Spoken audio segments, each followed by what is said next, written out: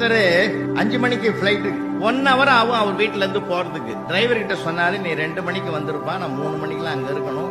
2 மணிக்கு வர்றேன்னு சொன்ன டிரைவர் 2:30 மணிக்கு வராது. அரை மணி நேரம் லேட் ஆனதுனால கொதிச்சு பிபி ஏறி எல்லாம் போய் அந்த ஆளு தலைகீழ பேச ஆரம்பிச்சு போச்சு. பயணமே போச்சு. எப்படியோ உன்னை நான் சீக்கிரம் கொண்டு போய் விட்டுறேன்னா போற வழியில பல்லாவரம் தாண்டறதுக்குள்ளே ஒரு டயர் பஞ்சர் ஆகி போச்சு. நொந்து நூலாயிட்டான் அந்த ஆளு. இன்னைக்கு போச்சுரா, எல்லாமே குடிச்சவர் ஆகிட்டான், இப்படி பண்ணிட்டானே. அந்த நேரத்துல ஒருத்தன் பைக்ல வந்தவன், ஐயா உங்க அவசரம் புரியுது, ஏதோ ரொம்ப டென்ஷனா இருக்கீங்க, எங்க போகணும்? ஏர்போர்ட்டா?